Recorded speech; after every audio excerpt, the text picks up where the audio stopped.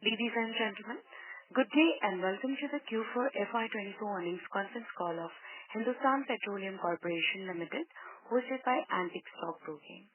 As a reminder, all participant lines will be in the listen-only mode, and there will be an opportunity for you to ask questions after the presentation concludes.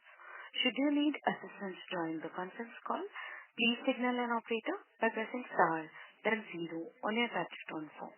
Please note that this conference is being recorded. I now hand the conference over to Mr. Varatharajan from Antique Stock Broking. Thank you, and over to you, sir. Thank you, Michelle. A very good afternoon to everyone. It's my pleasure to welcome all the participants on this call, as well as the management of Hindustan Petroleum Corporation Limited.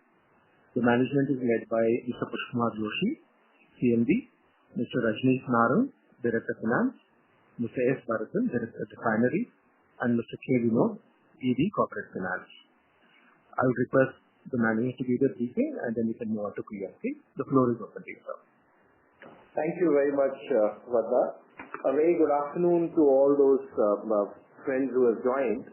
And it's always a pleasure for us to interact on these forums, and especially after such significant events. Because I recall we had interacted with you in October after our H1. We had interacted with you after Q3. And the central theme which we had enunciated at that time was that our concentration is on improving and stabilizing our fundamentals. So I'm very happy to share with you that we had a very conclusive turnaround in Q4, where we had an increase of 437% vis-a-vis the Q3. And if we look at our yearly performance, we have ended the year with a consolidated profit of 16,015 crores versus a loss of 6,980 crores. Now this is a very significant thing, and what we had indicated that our efforts to provide stability to our balance sheet in terms of enhancing our core assets, that is refinery, both in terms of capacity and the quality of assets. I am very happy to share with you that we have been able to successfully commission our Vizag refinery modernization project, and it has started giving us the dividends, it has started giving us the results. Similarly, during next period, maybe another 3-4 months, we would also be commissioning our bottom upgradation facility, which would not only add to our margins, but also add again in terms of capacity of our refinery processing. Similarly, marketing infrastructure, we have made significant strides in developing marketing infrastructure, and the outcome of that is that amongst the public sector companies, majors which are operating, we are the company which has gained market share in both MS, HSD, and also we have retained our position as the second largest LPG player in the country. Similarly, it's again the same point which I had stressed earlier, that look at us as our fundamentals. Now, another outcome of our improving refinery performance is that our fuel loss performance in this year is significantly better. And in fact, our fuel loss percentage has come down vis-a-vis the last year. We have been utilizing the opportunity crude which is available, and we are harnessing the maximum potential available there. We had also mentioned that in terms of providing new revenue streams to our balance sheet, we had concentrated on 3 primary areas. One was petrochemicals, second was biofuels and renewables, and third was natural gas. In all these 3 areas, we have made significant strides, and in our next 5-year plan, which we have already drawn up, that is from 26 to 31, a significant portion of our revenue we expect to come from this, additional revenue to come from this. For example, in petrochemical, we have already established our brand in the market, and in case of city gas distribution, we are present now in 25 geographies across the country in 18 states. In biofuels and renewables, I will come to that detail shortly, that our new company, that is HPCL Renewable and Green Energy Limited, that is fully operational now, and we, if you recall, we had made a wholly owned subsidiary, and that subsidiary is operational. It is doing solar power right now, and we have very ambitious plans going forward to leverage on this aspect of biofuels and renewables. Second aspect, which was always was the back of everybody's mind, was our investment in Rajasthan Refinery, HRRL. I am very happy to share with you that we have already started the commissioning process of certain units, and in the detailed press release which we have given, we have listed down that the units which either are in the pre-commissioning stage or have already been mechanically completed. Overall, the major units which are pertaining to the refining stream, our progress has been above 90%. And what we are planning is that by this calendar year end, we should be actually stabilizing that, and in the last quarter of this financial year, we expect to cut the crude as far as the refining domain is concerned.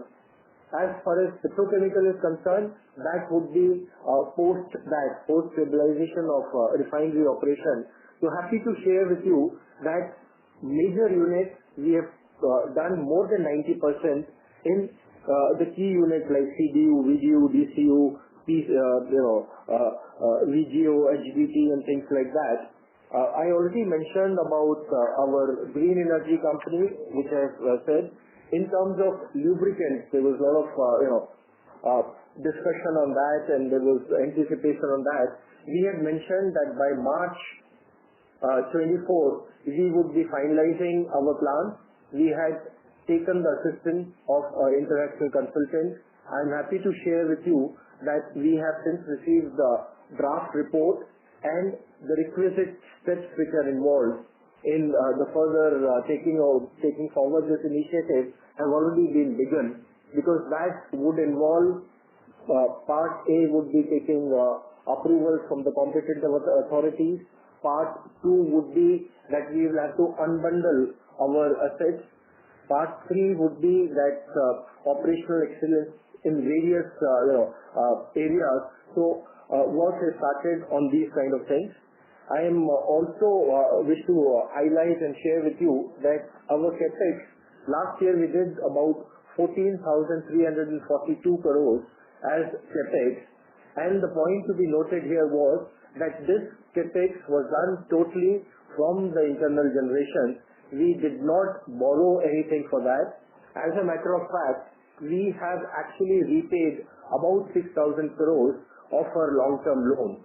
So if you were to look at that, 14,000 plus 6,000 which we have already repaid, and that has resulted in our long-term debt equity ratio. Now it is at healthy 1.06%. So it was in last year long-term loans were about 49,753. Now in March 24 we are at 43,603. This I am talking about our long-term debt, because short-term, as you are aware, that in the month of March, because of the temporary requirement, we normally have to borrow money on the short-term basis, which gets adjusted in the future months. There also, last year, if we see, it was about 64,517 crores. This year, it is about 60,254 crores. So there also improvement has happened, but we actually look at our long-term debt equity ratio, which is now in the range of 43,603. after repaying about 6,000 crores. So these are the points. Now, as far as refining performance, there was some concern that, in Q4, what was, the issues with our GRMs and things like that. If you would recall that in Q3, we had mentioned that there are certain temporary phenomenon which has happened, and in Q4, we have actually, had an increase of about 437%. Similarly, in Q4, if we look at the GRMs, we have to compare that with Singapore GRMs. Another factor is the product cracks. The third factor is the opportunity crude. While, as I had mentioned there, that supply, there is a stability on the opportunity crude, but in terms of commercial, in terms of discount, generally the discounts have been, coming down. So that is impacting, that had impacted. And another temporary factor was generation of ISD, the stock in our refinery, which we have been able to liquidate, and the result of that would be seen in the first quarter of this financial year. We would be able to stabilize on that also. The central theme is that we have concentrated on improving our fundamentals by enhancing the quality of our assets. And second, we have made ambitious plans to add new revenue streams on which we have made significant progress. We have given all these details in the press release which has been circulated. So I'm not getting into further numbers. I would most welcome any kind of questions, clarifications, feedback, and in the process, both my directors also would add in and give you the responses to whatever queries you may have. That is what, as an introduction, I have to mention. Thank you very much once again. Thank you very much, sir. We will now begin the question and answer session. Anyone who wishes to ask questions may press star and 1 on their touchtone phone. If you wish to withdraw yourself from the question queue, you may press star and 2. Participants are requested to use only handsets while asking a question. Ladies and gentlemen, we will wait for a moment while the question queue assembles.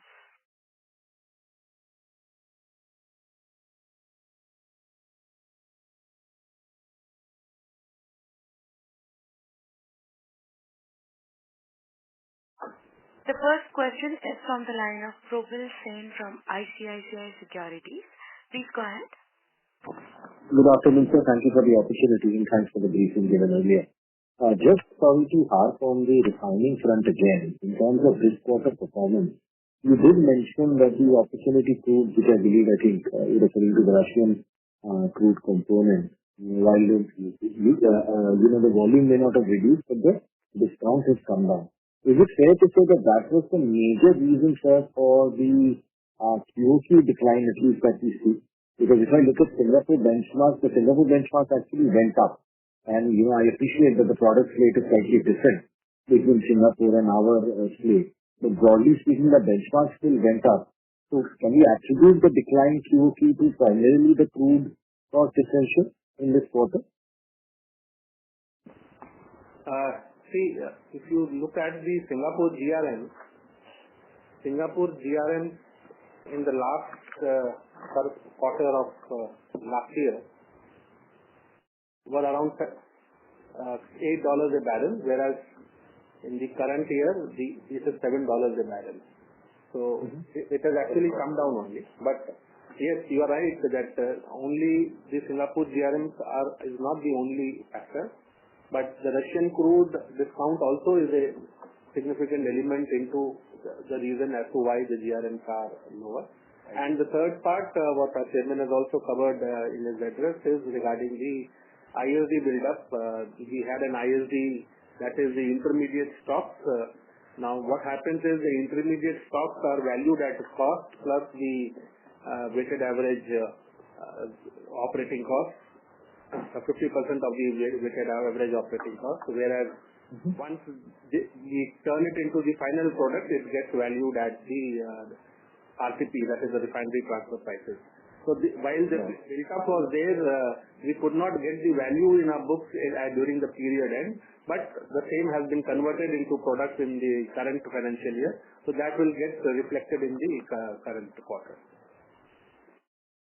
The second question was with respect to the CapEx plans and just the phase out in terms of, you mentioned that there was commissioning of some units or some parts of the Vizag refinery expansion, while the bottom upgradation facility will happen in this financial year. Can you just explain in terms of when the total expanded capacity will be available at Vizag? Yeah.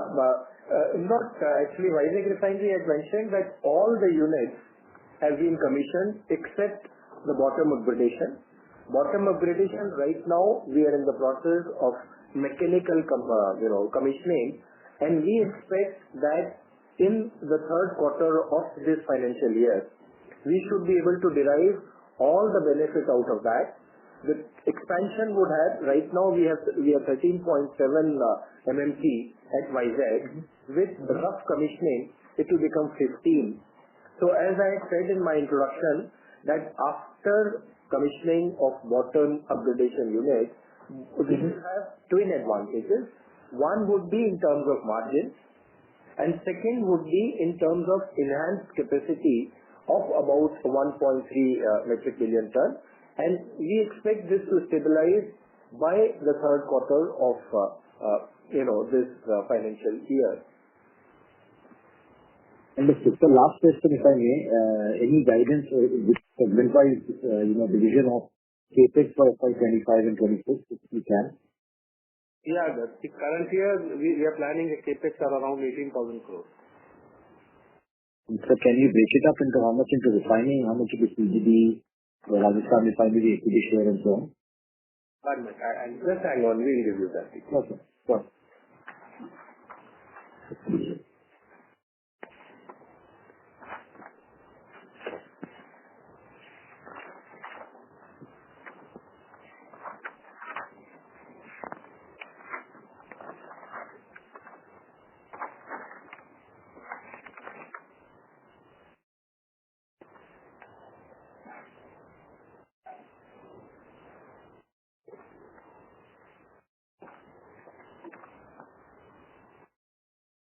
In refining, it will be around 5,000 crores. Okay. Marketing would be around 6,500 odd crores. Okay. Corporate level, it will be around 800 crores, plus 5,600 crores is the equity contributions which will be making to various our JVs and come into this green. Equity contribution would be 5,600 crores. This includes the equity contribution for our new wholly owned subsidiary for green initiatives. As well as for Rajasthan, right? Yes. Correct. Okay. All right, so thank you so much. I'll come back if I have any questions. Thanks for your time. Thank you very much. Thank you. We'll take the next question from the line of Sabri Hazarika from Emkay Global. Please go ahead. Yeah, good afternoon, sir. So, just one question. So given that I think for the next 5-6 months or so, there could be some sort of stabilization which will still be going on, because I think in Vizag, I think the bottom upgrade hookup will also probably have some impact on the existing operations. So do you see that the DRM underperformance versus say your peers could continue for a couple of quarters, or because of this intermediate product adjustment, do you think that there could be a sharp recovery? As you rightly said, there would be a recovery, number one. Second is, for Vizag, our major units are already stabilized. So we don't expect that upset on those major units, that is our, CDU4 and the associated units that, SCHCU. All these are stabilized. And when we do the hookup with bottom upgradation, we are not expecting any upset.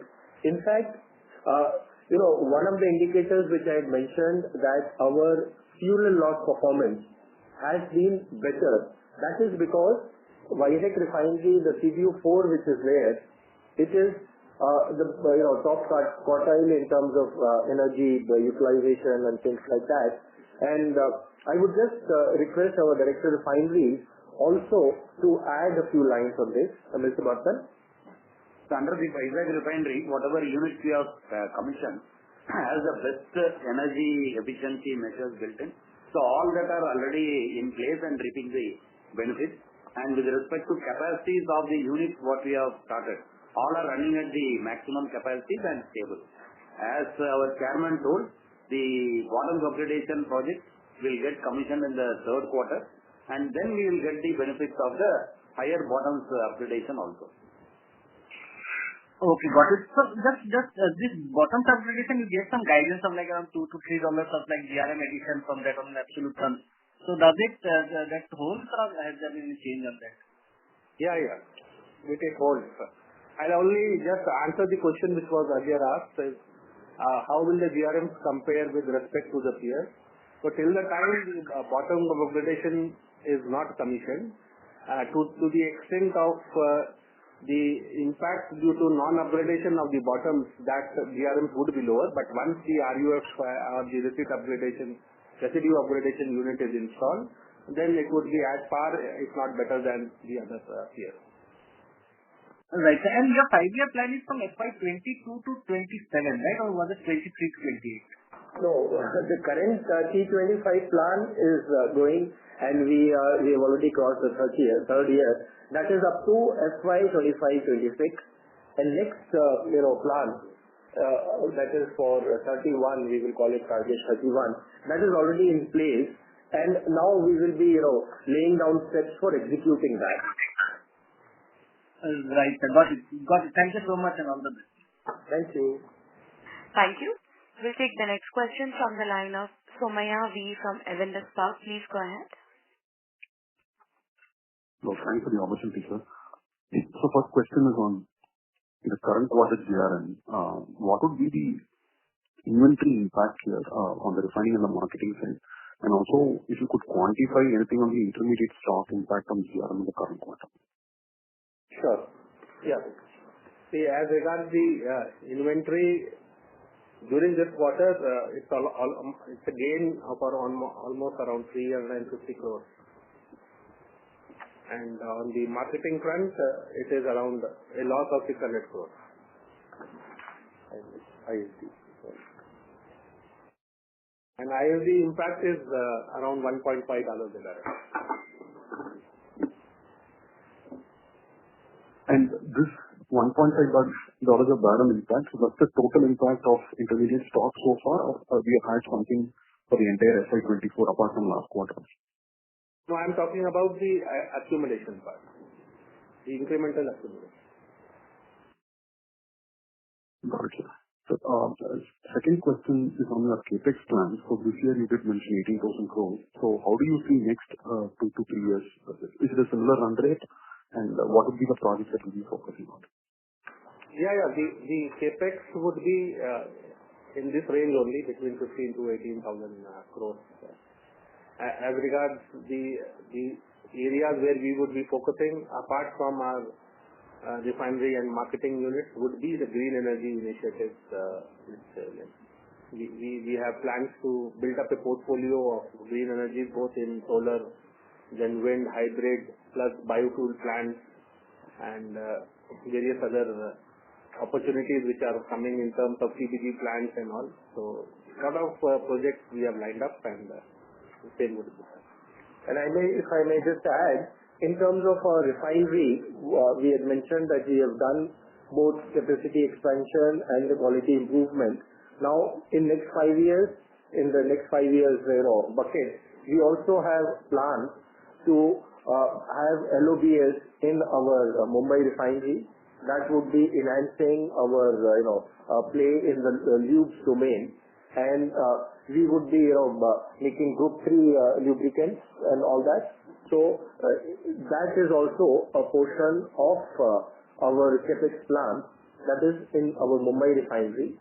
Similarly, in marketing, we would be expanding our retail network, which is about 22,000 plus now in terms of retail outlets. Similarly, new LPG plants and pipeline projects are there. That is what is the CapEx plans for next 5 years. And we don't intend to add on to the loan, and we'll be funding most of the projects out of internal generation.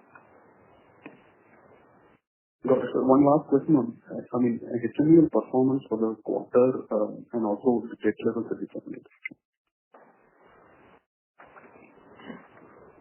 See, during the entire year, or you want only the quarter? In the quarter, HMEL had a loss. And that loss was primarily because of they had.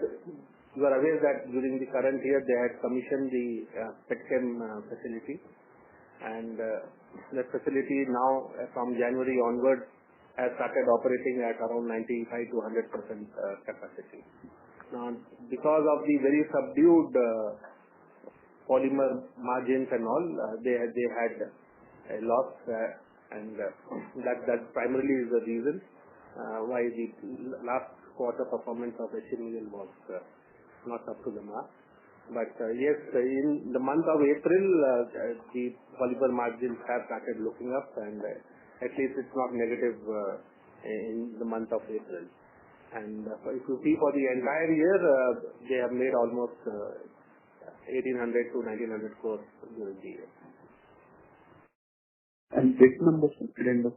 Pardon? Yeah, the debt is around 34,000. Thank you. Thank you.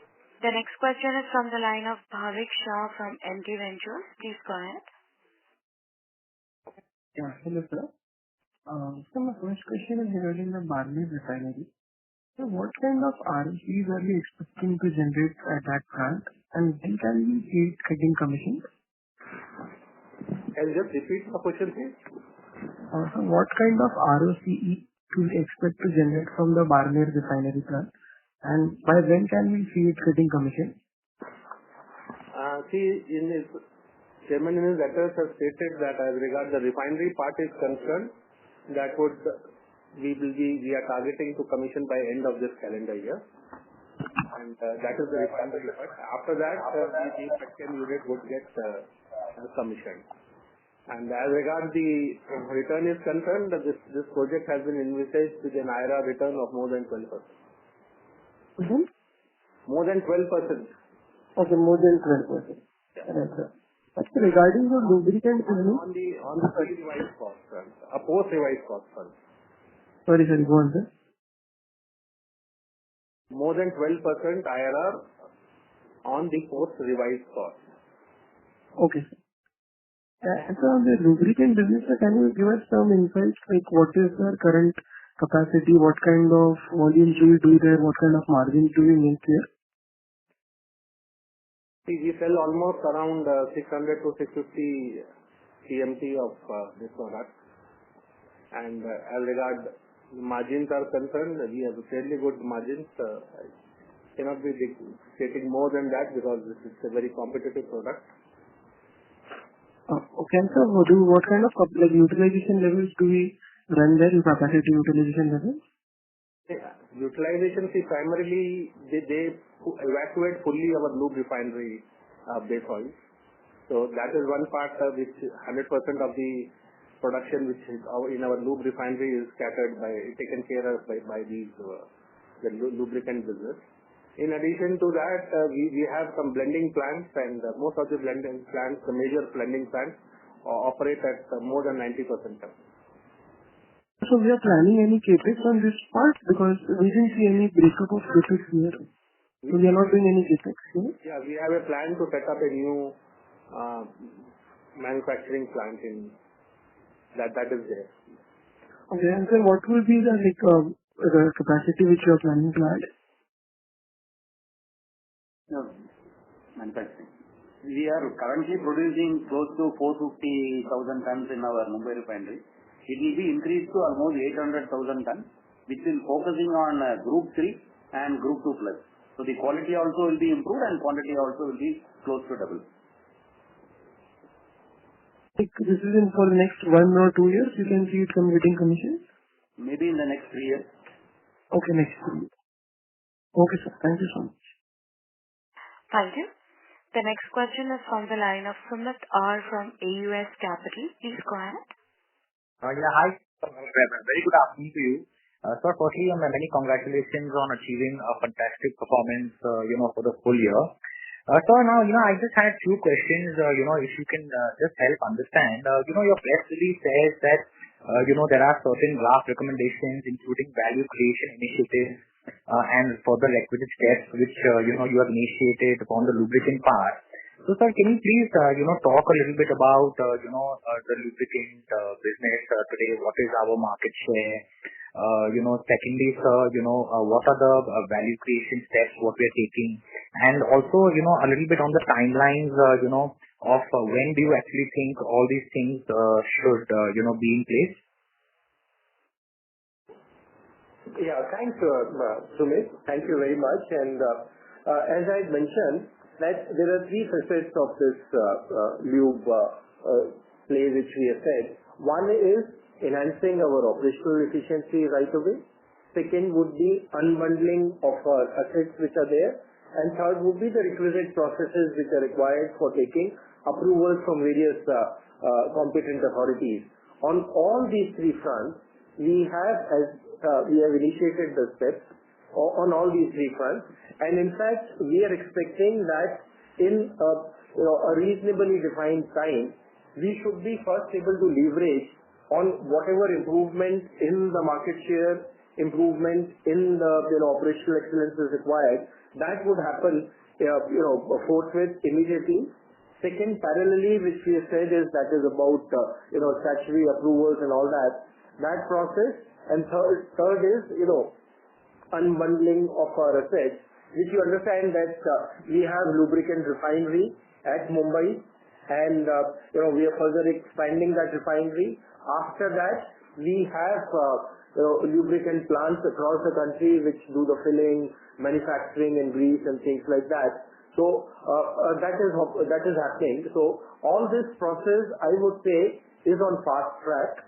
I'm afraid I'm not able to, I won't be able to give you the exact month or date or right now, because these processes are going on and on a fast track basis.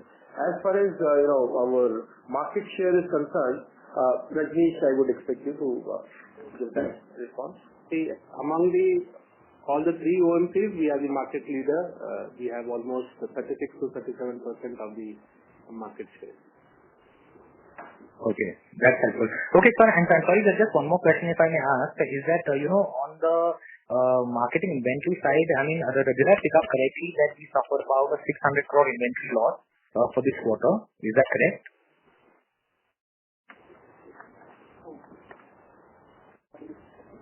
Yes, you are right. That is correct, right? Okay, I'm sorry? That is in the marketing front.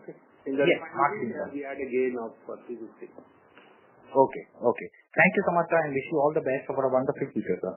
Thank you. Thank you very much. Thank you. Thank you.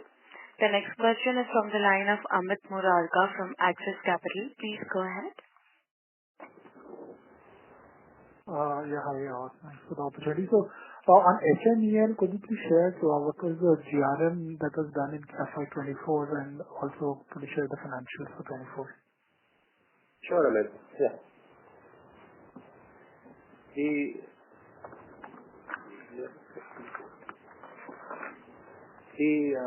GRM during the last year was around $17 to $18 a ton. Okay. And what was the EBITDA and PAT loss? The PAT is around 18 to 1900 crores. And EBITDA is around 10,500 crores. Right. But how much of this loss was for petchem? Like, I believe refining would have made a positive PAT. I don't have those details readily available. I will share it separately. Okay, sure. And also, could you provide an update on the Chhara terminal? What was the volume handled in FY24? See, the Chhara terminal was to be commissioned. In fact, in the month of April, we had got the commissioning cargo also. and the vessel had arrived. But however, due to certain challenges, because of the rough sea and all, we couldn't unload the cargo, and we couldn't commission the terminal. That we will be doing it in the next fair weather season, beginning October onwards. So as regards the Chhara is concerned, we are not selling any gas out of Chhara right now, and the same would happen in the current financial year after October. Okay. But could you just elaborate a bit more on that? What was the issue, and like how have you resolved the issue now? There was a swell in the sea, on account of which we couldn't we could not connect the hoses, and the product could not be decanted. And the vessel, in the meantime, we had found an alternate buyer, and we have disposed of this vessel, the entire cargo, to other party. It's suffice to say that this was not because of any mechanical or infrastructure issue at our Chhara, because all those facilities are completed. This was primarily due to the weather, and since it was a commissioning cargo, all the necessary actions were taken before that. But as our Director of Finance has mentioned, because of the rough sea and the swell beyond the permitted limit, we were not able to unload the cargo. Okay.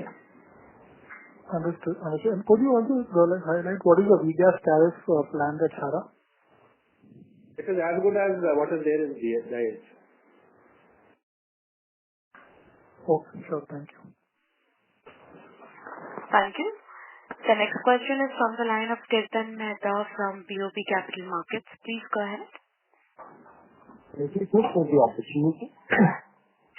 In terms of would you be able to sort of separate out the GRM for Vizag to indicate what was the Q3 GRM and how did it improve during Q4?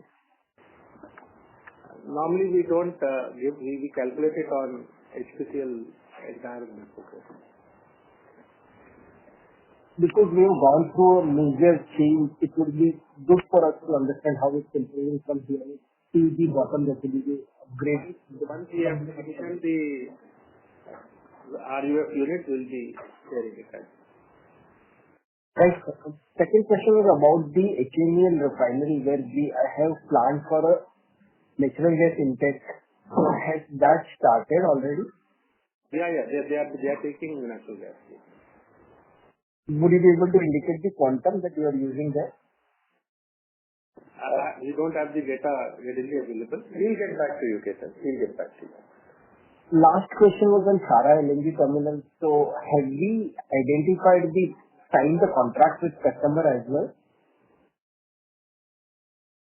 See, we have floated an EOI, and we got some encouraging response. So we are already in discussion with various potential buyers who are interested in booking capacity. But right now, HPCL has already booked some capacity in the Chhara terminal. Because HP LNG is a separate company, it's a wholly owned subsidiary. Right now, we have booked the capacity concerning our requirements for our refinery, plus our marketing requirements. And the discussions with the potential buyers is in quite an advanced stage. What is the reasonable throughput that can be achieved at the Chhara LNG over the next 2 years or so? See, we expect around 2 to 2.5. Thank you for the clarification. Thank you. We'll take the next question from the line of S. Ramesh from Nirmal Bang Equities. Please go ahead. Yes, sir. Good morning, and thank you very much, and congratulations on a good result and your opening remarks. So if you look at the branch accounts presented in your notes, Vizag has accounted for about 329 crores. That's about 8% of your overall profits. So once your rough unit is ready and you get the benefit of the bottom observation, roughly, what is the kind of profit number you can expect from branch accounts? Because anyway you disclose it. So will it increase in terms of the overall share of your profits say to 15%. So right now, I'm just talking about whatever you have disclosed in the fourth quarter. How would that move? Yeah, Ramesh, as I mentioned in my introductory address also, that post-rough commissioning on both counts in terms of margins as well as in terms of our additional capacity of about 1.3 million tons, there would definitely be positive improvement. And as Director of Finance had earlier mentioned, that we are expecting about between $2 to $3 improvement on the total GRMs, not only on additional, but on the total GRMs. So this would roughly be in the range of, let's say, 10 to 15%. Of the overall profits? Yeah. So in terms of the operating cost, will it remain same? Because how much of that incremental delta and GRM will you retain at the EBITDA level? As far as operating cost is concerned, now what happens is, as I mentioned, we have already commissioned our VRMP units, that is, our CDU, FCHU and all those things. So there, except maybe the OPEX which is connected with the product and which is connected with additional, there is no increase on account of rough, because that is already factored in. There will not be much impact on that. Okay, that's helpful. So next two questions on Chhara terminal and the CGD business. So is there any operating loss in Chhara which you have booked? And how much of the Chhara investment have you already capitalized or still in work in progress? And when do you expect to have the commercial impact of Chhara in your P&L? Ramesh, as we mentioned, we have not yet, we could not unload that, the commissioning cargo which had come. So therefore, this issue of what has been the operating loss will not be, that materially relevant.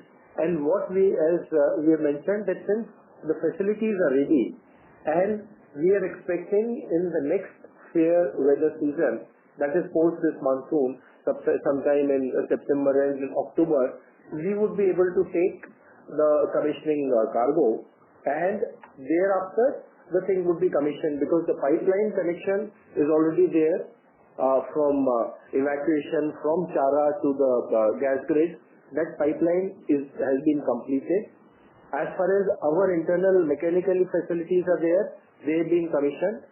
And as far as the port facilities are concerned, we have got the ship to shore compatibility study done, and that is also completed.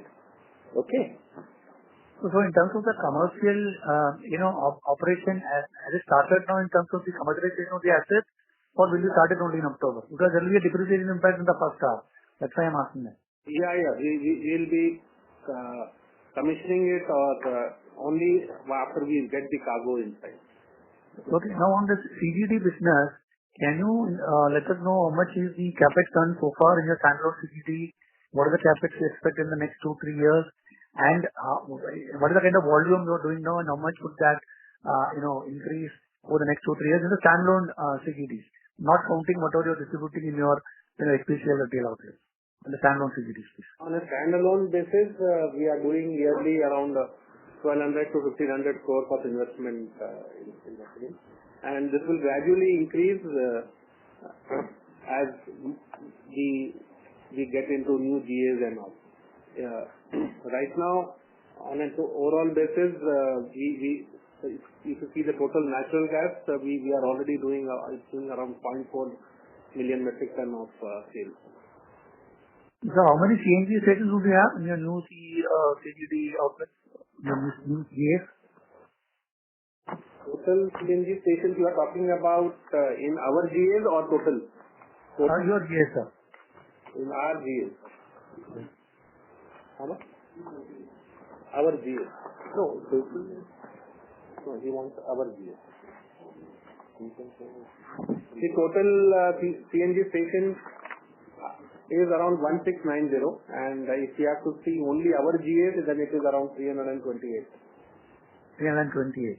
And the last thought, when do you think you will start generating EBITDA from the GAs, and when do you expect that to be visible in your P&L by 26, 27? Can you give us some indication?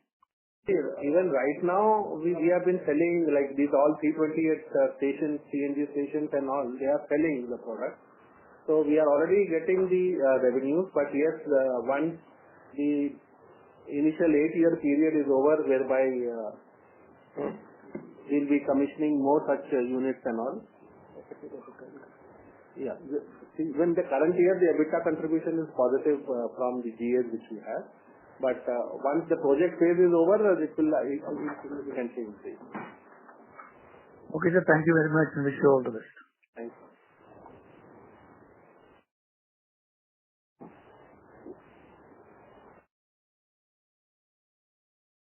Thank you.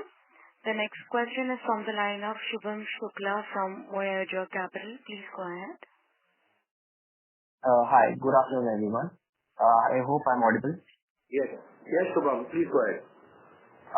So, sir, I just wanted to ask you questions about your imports. How much is Russian oil in total you have imported this year? We have imported about 30 to 40% out of our total imports. And are they like spot prices or like contract based? No, all these are spot based. We have no term contract on Russian crude.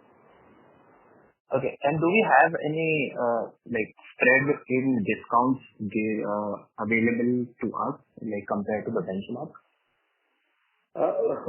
This is, I think, would be difficult to quantify because even the benchmark is hypothetical. And what is coming in, because all I could say is that we are taking this on DAP basis, delivered as ports in my facilities. Now that, if you take that, you have to also factor in the freight and things like that, freight insurance associated. So my discounts are finalized on DAP basis. So therefore, there is no actually a common denominator to compare the various discount levels which are available. Second, this is also a sensitive, commercially sensitive information. I can only say that before buying any crude, whether it is a Russian crude or any crude, we go through a process where we economically analyze what is the value which it creates in the system. So the crude which gives us the maximum benefit in our system, considering our configuration, refinery configuration and all, that is only bought. So at whatever price we get it, only when it makes some positive impact in our books, we buy that. Okay. And just one more question on your LNG terminal, Sara, if I'm pronouncing it right. You are looking to sell some stake or like wholly, like if I get the choice? As of now, we are more focused on commissioning the terminal and booking capacity in the same. If as and when any such opportunity comes or there are people who are interested, we will review. As of now, we haven't. We are not looking for any. Okay. Thank you so much. Thank you. The next question is from the line of Mayank Maheshwari from Morgan Stanley. Please go ahead. Hi, sir. Thank you for doing the call. My first question was a bit around your press release, which you talked about generative AI and how you want to use these tools in terms of the performance. So can you just give us a bit of an idea around what are you trying to do there? Yeah, Mayank. See, in this,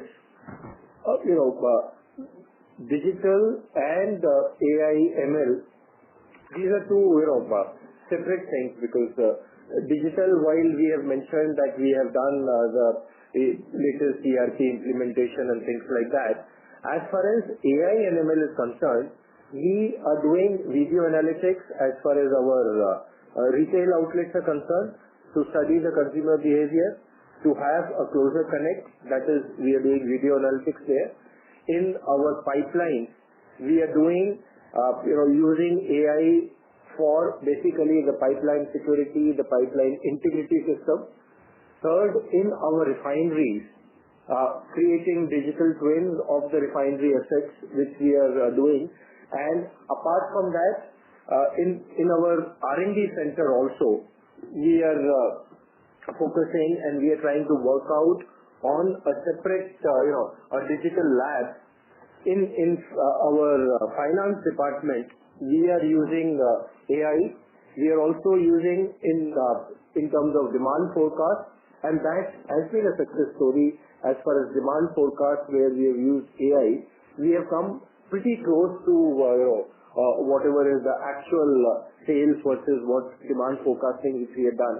So we are also doing what is called robotic processing workers or electronic workers in our activities which are transactional nature. So we have implemented this in our finance department. Apart from this, also there are some tie-ups with the startups in this facet, in terms of video analytics, in terms of pipeline security system, in terms of refining. So these are the broad baskets, these are the broad areas where we are working, Mike.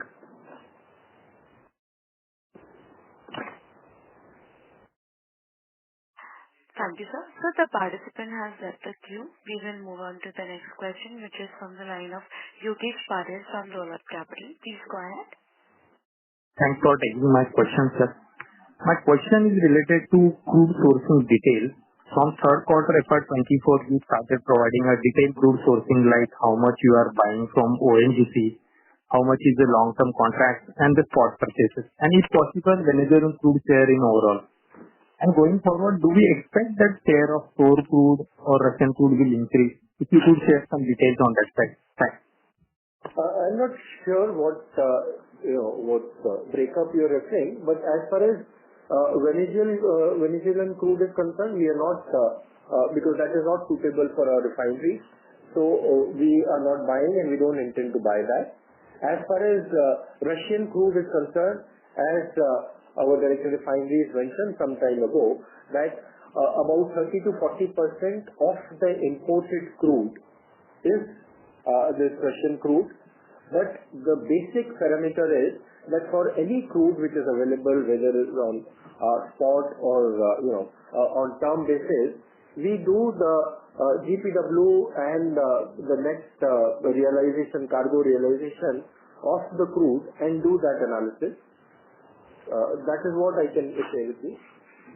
Sir, in last quarter, if I remember correctly, you generally purchase close to 3.5 MMT kind of ONGC crude, then long-term purchases are close to 40-45%. Is that share has changed? Any changes in that side? Broadly, that remains the same. Broadly, because over past few years, the share of spot crude has got enhanced, and consequently, the share of the term crude comes down. Okay. And sir, if you could share the lubricant business contribution to HPCL's EBITDA on an annual basis, that would be helpful. If you see in terms of volumes, we sell around 650 to 700 TMT. That is around, even if you take 0.7, but the total volume which we sell is around 47 million metric tons. So although it doesn't even constitute, it constitutes a very small portion of the volume, but in terms of EBITDA and all, it is. I can only say that it is significantly. It is multiples of the percentage of volume. So amount will be closer to 1,000 crores or less than that? It's around that number. Okay. Thank you very much, sir, and wish you best. Thank you, Ryan. Thank you. Thank you. The next question is from the line of Roshni Devi from Argus Group. Please go ahead.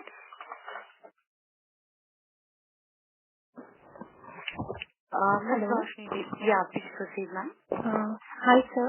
Just wanted a clarification regarding the pipeline of Chhara LNG terminal.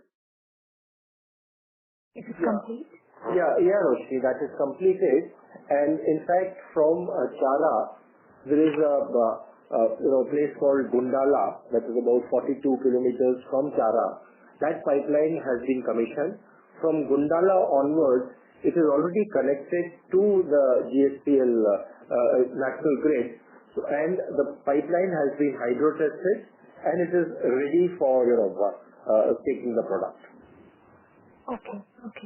So one last question regarding your Vizag bottom upgradation unit. Which crude grades you'll be using there?